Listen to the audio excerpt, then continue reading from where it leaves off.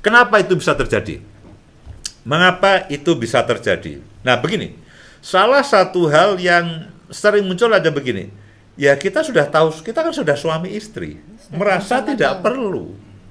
Kita kan sudah suami istri. Ya, udah merasa tahu sama tahu. Ya, artinya dia tahu kesukaanku, ya sudah, aku tahu kesukaannya, masing-masing asik dengan dirinya sendiri. Nah, saya kan sukanya begini, saya sukanya main game. Ya, istri saya harus tahu bahwa saya sukanya main game. Lalu yang istri, loh, saya sukanya masak. Ya sudah, itu suami saya, ya pokoknya saya sukanya masak. Dia pikir suaminya tahu seluruhnya. Dia pikir istrinya tahu semuanya. Nah, situasi itulah yang membuat kita jadi kehilangan kesensitifan, kepekaan untuk kita memahami akan kebutuhan dari pasangan kita. Kemudian apa lagi? Loh, dia yang harus mencintai saya. Egois.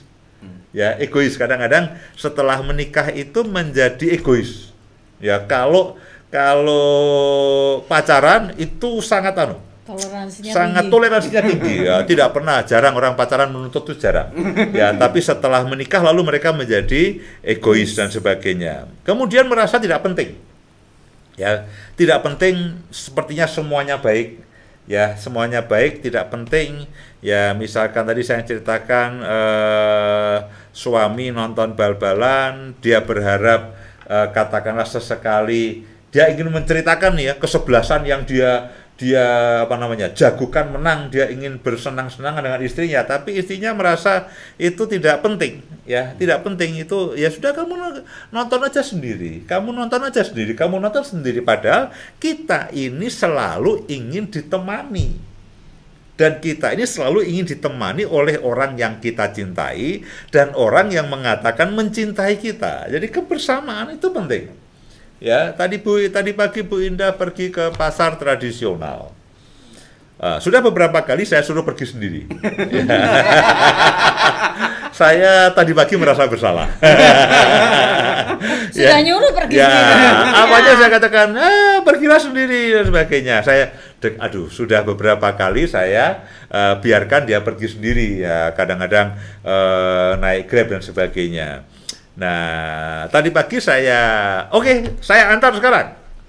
Ya, alhasil tadi pagi, wah itu pasar tradisional, bukan mall. Habis hujan dan hujan rintik-rintik, tapi sebagai suami yang baik. Bagi dia ke pasar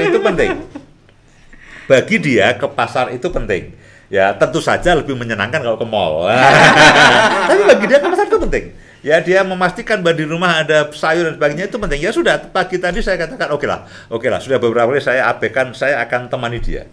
Ya, akan temani dia. Nah, kadang-kadang itulah yang harus kita lakukan. Kita jangan hanya memikirkan diri sendiri. Kemudian apa? Tidak memahami bahasa kasih pasangan. Ya, ada pribadi-pribadi yang merasa dikasihi kalau diajak makan bersama.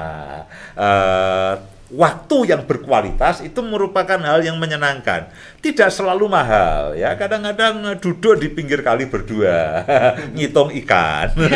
Kemudian pergi makan malam bersama. Tidak harus di restoran yang mahal. Nonton bioskop berdua. Nah, ada pribadi-pribadi yang sukanya seperti itu.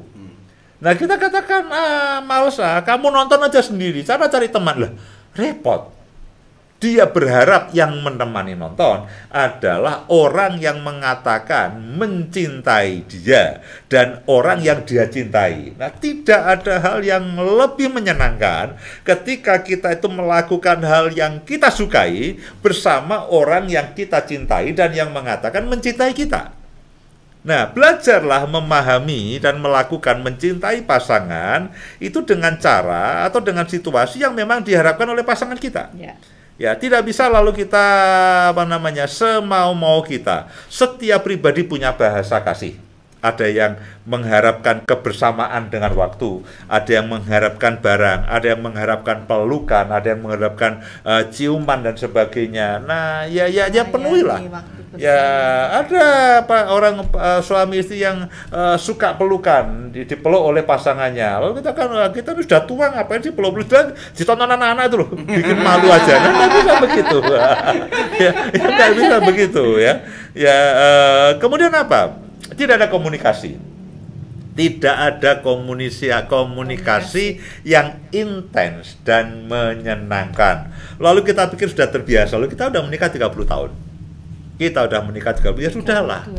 32 tahun nggak terima dia. 32 tahun ditambah dengan pacaran 7 tahun. Loh, hampir 40 tahun.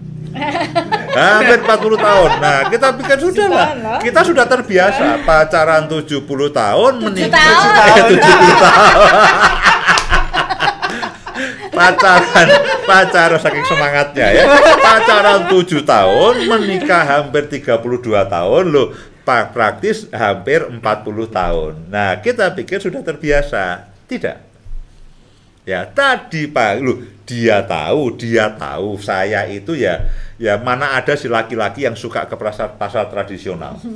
Loh, mana ada laki-laki yang suka ke pasar tradisional. Tadi saya tidak ketemu di pasar, yang ada selalu ibu-ibu.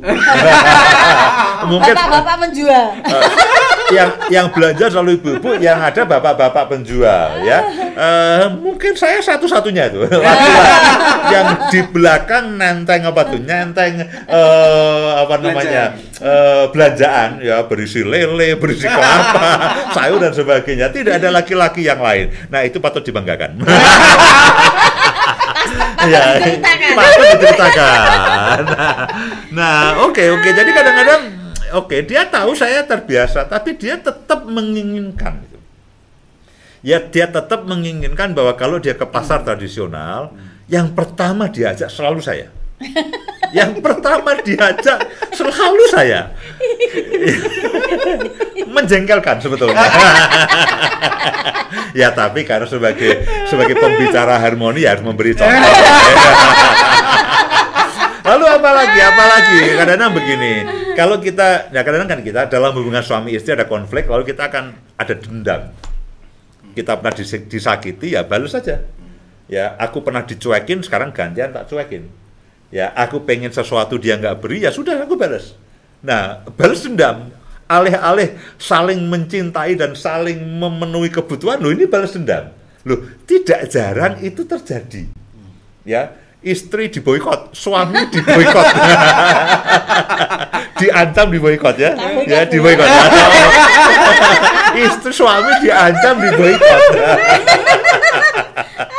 Nah, itulah yang sering kali terjadi Bapak Ibu sekalian, penyebab-penyebabnya ya. Kemudian apalagi? Ya, asik dengan diri sendiri.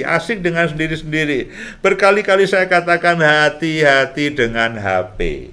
Hati-hati dengan HP kita ya. Kadang-kadang kita asik dengan menikmati semua tayangan yang ada di HP, istri lewat dibiarin, suami lewat dibiarin.